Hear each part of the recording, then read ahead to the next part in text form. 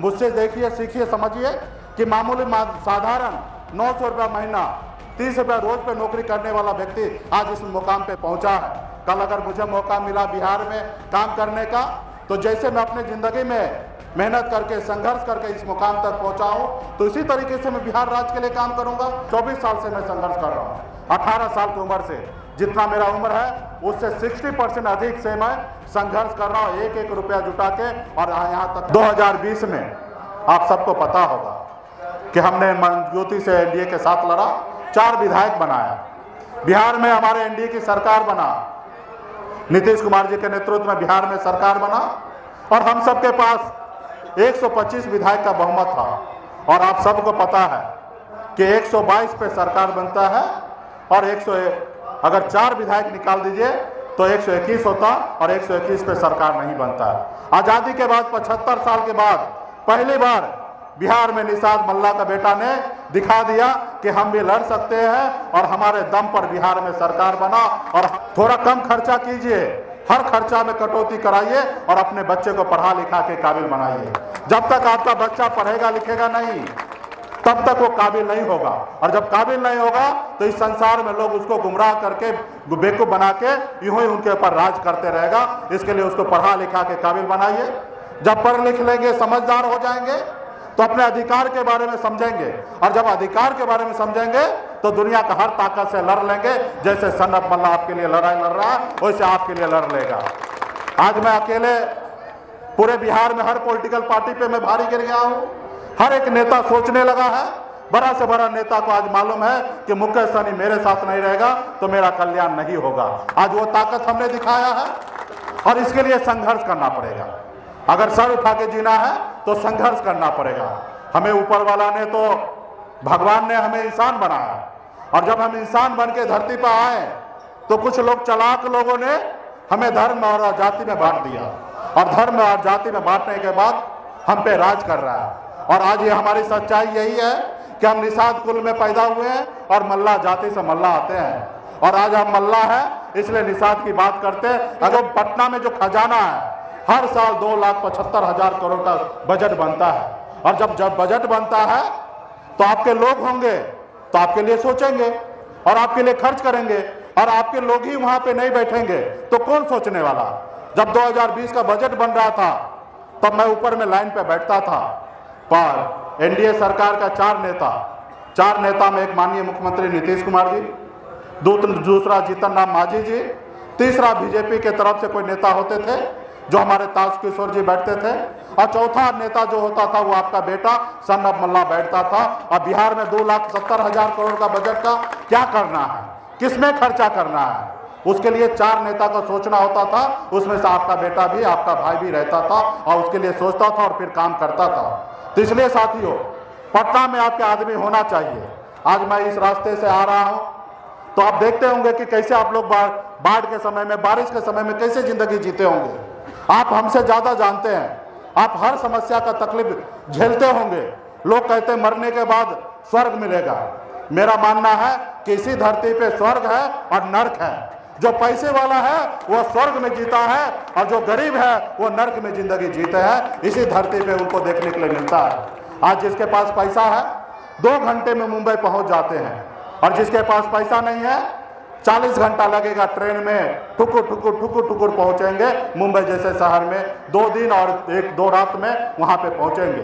तो इसलिए साथियों, आपको अपने आप को आगे बढ़ाना है, आपके अपने अधिकार के लिए लड़ाई लड़ना है, आपके सर उठा के जीना है, और आपके आने वाले पीढ़ी के लिए लड़ाई लड़ना है। आज 75 साल के बाद पहली बार आपको मौका मिला है, और इस मौका को गंवाइए नहीं। आज मजबूती से अपने दल के साथ मजबूती से रहिए, और हर जाति धर्म के साथ भाईचारा बना के रखिए, और हर जाति को सम्मान कीजिए, हर धर्म को सम्मान कीजिए। आज का नेता क्या कर रहा है? आज देश का नेता का क्या काम है? देश का नेता का काम है स्कूल बनाना, हॉस्पिटल बनाना। लेकिन आज का नेता क्या कर रहा है? मंदिर बना रहा है। मंदिर बना रहा है कि आप मंदिर में जाइए और घंटा बजाइए। आप बताइए, मंदिर बनाने का काम समाज का है, और मंदिर तो मैं कहूंगा अपने आत्मा में बनाइए। आप जिसको मानते हैं 33 करोड़ देवी देवता है, आप जिसको मानना आप मानिए, अपने दिल में रखिए और उनके लिए आप रहिए और अच्छा नेक काम कीजिए।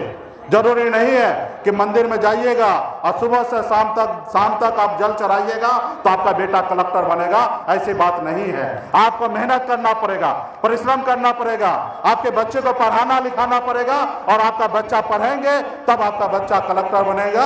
और आप पूजा पाठ में कितना भी रहिएगा तो कलेक्टर नहीं बनेगा। पूजा पाठ भी चाहिए, मैं इस चीज का विरोध नहीं करता हूं, मैं इसका समर्थक हूं। मुझे मेरा पूर्वज ने हमें कहा कि आप हिंदू धर्म में जन्म लिए हैं, सनातन धर्म में जन्म लिए हैं, तो मेरा कर्तव्य है जो हमारे पूर्वज करते हैं वो मैं भी करूंगा। लेकिन उससे बड़ा कर्तव्य क्या है कि हम भी इस संसार में अपने बच्चे को लाए हैं। और जब बच्चे को हम लाए हैं, वो बच्चा हमको इन्विटेशन लिखा नहीं था, निमंत्रण पत्र नहीं लिखा था कि पिताजी हमको संसार में लाइए। हम अपने सुख के लिए, अपनी खुशी के लिए इस धरती पर हमने अपने बच्चे को लाया। और जब बच्चे को लाया तो हमारा कर्तव्य बनता है और आपका कर्तव्य बनता है कि वो बच्चा जब भी रहे सर उठा के जिए और आगे बढ़े। ये हमारा कर्तव्य है। तो इसलिए साथियों, लेकिन आज का सरकार क्या कर रहा है? जाति धर्म में उलझा रहा है, मंदिर मस्जिद में उलझा रहा है। आज आपके बच्चे को पढ़ने के लिए अच्छा स्कूल की व्यवस्था नहीं कर रहे हैं, लेकिन वो मंदिर बनाने की सोच रहे हैं। आपके बच्चा इलाज के अभाव में मर रहे हैं, लेकिन उसके लिए इसको हॉस्पिटल खोलने की नहीं सोच रहा, लेकिन आज मंदिर बनाने की सोच रहा है। नेता का काम है हॉस्पिटल बनाना और स्कूल बनाना और रोड बनाना, सड़क बनाना, हर समस्या का दूर कराना। युवा पढ़ लिख के आए उसके लिए रोजगार का व्यवस्था कर देना। लेकिन आज का सरकार क्या सोच रहा है कि पकौड़ा बेचने वाले को भी बोल रहे हैं कि ये रोजगार है, उसको हम नौकरी दे रहे हैं। अब बताइए। तो इसलिए साथियों, आने वाला समय 2024 का चुनाव आएगा, फिर 25 का चुनाव आएगा। चुनाव के समय में आप अपने दिल पर हाथ देकर, आप अपने बच्चे के भविष्य के बारे में सोचकर आप निर्णय लीजिए। ये बात सच है कि जाति धर्म में आज बिहार देश बढ़ चुका है, और जब बढ़ चुका है तो आपको भी अपने घर में रहना पड़ेगा। दूसरे घर में जाएंगे आपको अपना इज्जत नहीं मिलने वाला है। तो इसलिए हमारा काम तो एक ही है, गरीब समाज उठ के अपने कुर्सी पर बैठे, गरीब समाज भूखे ना सोए, गरीब समाज भी सर उठा के जिए। यही मेरा काम है और इसी के लिए मैं पूरे बिहार में भटक रहा हूँ। लोग जिस तरीके से बखों की जिंदगी जीता है, आज उसी तरीके से मैं जिंदगी जी रहा हूँ। घर परिवार को छोड़कर, आज बच्चे परिवार लोग सब मुंबई में रहते हैं, आज मैं उनको छोड़कर मैं बिहार में आप लोगों के लिए हूँ। आज मेरे पास सब चीज़ है, पटना में बंगला है, सब चीज़ है, लेकिन आज मैं बंगला को छोड़कर 6 रोज दूसरे जिला में दूसरे जगह मैं बिताऊंगा। इसलिए क्योंकि आप आगे बढ़े। आपने देखा होगा कि अपने अधिकार के लिए मैं लड़ाई लड़ता हूँ, संघर्ष करता हूँ। दुनिया का कितना भी बड़ा ताकत वाला हो, लेकिन उसके सामने झुकता नहीं हूँ। चाहे वो देश का प्रधानमंत्री हो या कोई भी व्यक्ति हो, अपनी बात अगर रखना है तो मजबूती से रखना है। आज मैं सरकार में मंत्री तो था ही, मैं अगर सामने वाले को जिंदाबाद करते रहता तो आज मेरे साथ ये समस्या नहीं होता।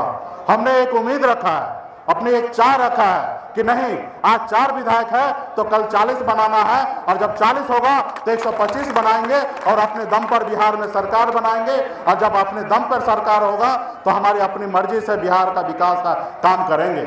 और रहा उन्नति की बात है तो आप एक मुझसे देखिए, सीखिए, समझिए कि मामूली साधारण 900 रुपया महीना, 30 रुपया रोज पे नौकरी करने वाला व्यक्ति आज इस मुकाम पे पहुंचा है।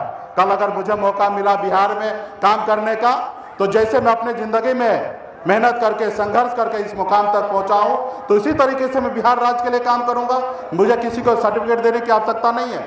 लोग को अगर किसी को समझना है तो उसका किरदार को समझिए, उसके व्यक्तित्व को समझिए, तो व्यक्ति आज तक क्या किया है, उसके जीवन के बारे में समझिए। जैसे कर्पूरी ठाकुर जी के बारे में सोचते हैं, अम्बेडकर जी के बारे में सोचते हैं, क्योंकि वो आपको हमको देखने के लिए नहीं मिला, लेकिन आज उसके बारे में पढ़ते लिखते हैं, सोचते हैं, समझते हैं, तो मुझे पता चलता है कि कितना संघर्ष किए हैं, कितना मेहनत किए, कितना लड़ाई लड़े, कितने गरीब दलित के लिए आरक्षण के लिए लड़ाई लड़े।